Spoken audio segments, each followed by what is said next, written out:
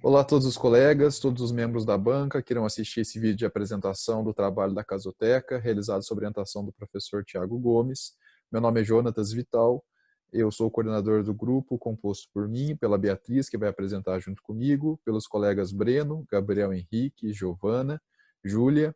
Maria Eduarda, Maiara, Samira e Vitor. O nosso tema é a integração do índio à sociedade. Nós escolhemos esse tema porque ele diz respeito ao Brasil, aos seus povos originais, o que faz com que a questão seja relevante para a discussão do direito e que a gente pudesse também analisar qual que é a solução que o direito pode oferecer no processo de integração das comunidades indígenas brasileiras.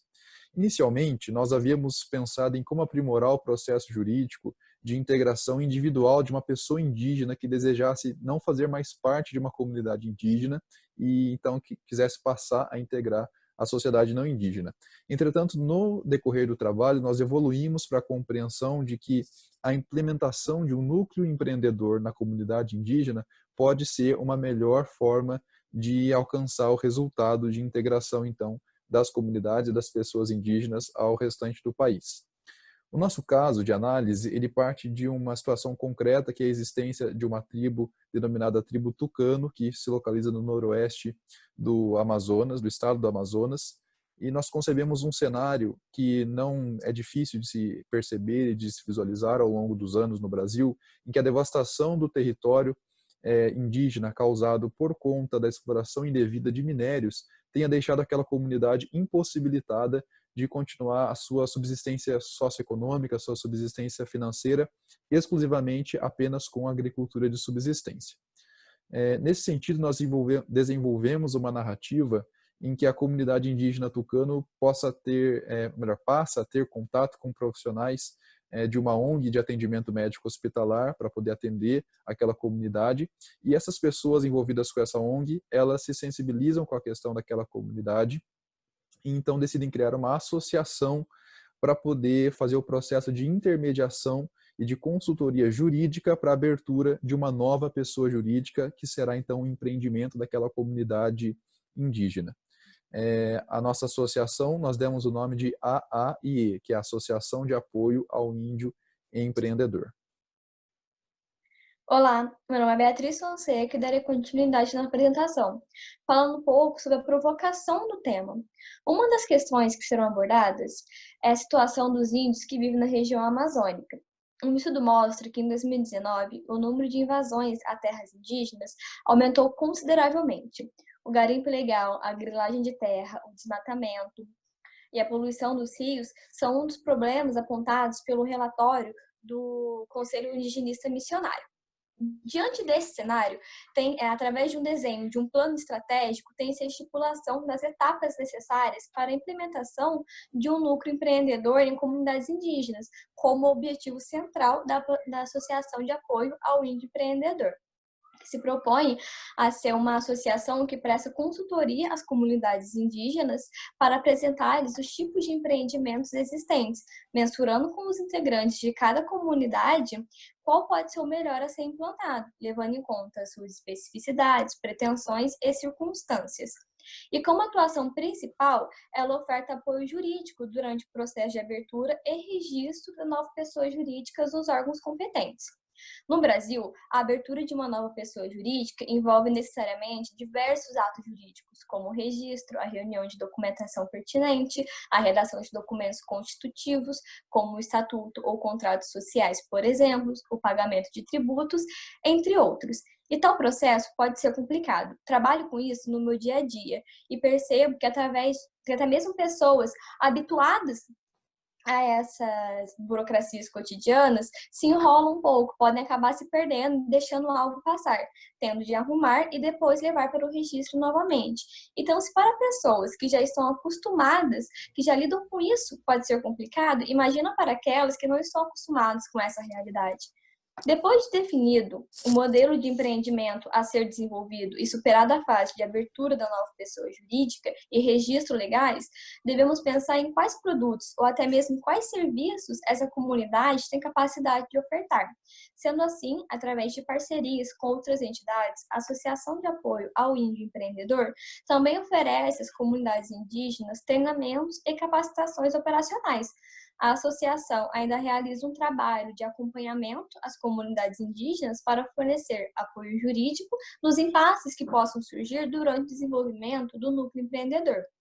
O esforço da associação para a promoção do empreendedorismo como caminho para o desenvolvimento e a emancipação econômica dessas comunidades no Brasil está inserido na discussão acerca do papel do Estado e da sociedade brasileira, no que diz respeito aos direitos dos povos indígenas assegurados não somente pela Constituição, mas também por legislações de ordem internacional. E aí, partindo desse contexto, falando sobre a conclusão, nós então chegamos à conclusão de que a criação de uma pessoa jurídica, a nossa associação, é a principal solução encontrada para que nós possamos superar o problema da narrativa. Na definição do grande civilista Carlos Roberto Gonçalves, a associação é a pessoa jurídica de direito privado, constituída por pessoas físicas que se reúnem nos seus esforços para a realização de fins não econômicos. Nossa associação é uma instituição sem fins lucrativos, estável no tempo, gerenciada de maneira democrática. Todas as decisões tomadas dentro dela, nos termos do seu estatuto social, são previamente acordadas entre todos os membros. A liberdade de associação, o direito de associação, é um direito humano que consiste na faculdade das pessoas de unirem-se, de formarem grupos, organizações livremente, com objetivos lícitos, e vem consagrado nos incisos 17 a 21 do artigo 5º da Constituição Federal de 1988. Seguindo os requisitos legais estabelecidos pelo Código Civil, que nos seus artigos 53 a 60 regula especificamente a existência das associações, nos anexos do presente trabalho nós temos então os documentos constitutivos tanto da Associação de Apoio ao Índio Empreendedor quanto da Cooperativa Tucano, e mais à frente a Bia vai comentar isso para a gente. Então, o objetivo da nossa associação, como já dito, é a prestação de consultorias de apoio jurídico voluntariamente às comunidades indígenas durante o processo de abertura de novas pessoas jurídicas, então, dos novos núcleos empreendedores das comunidades. No caso da comunidade tucana, e aí já partindo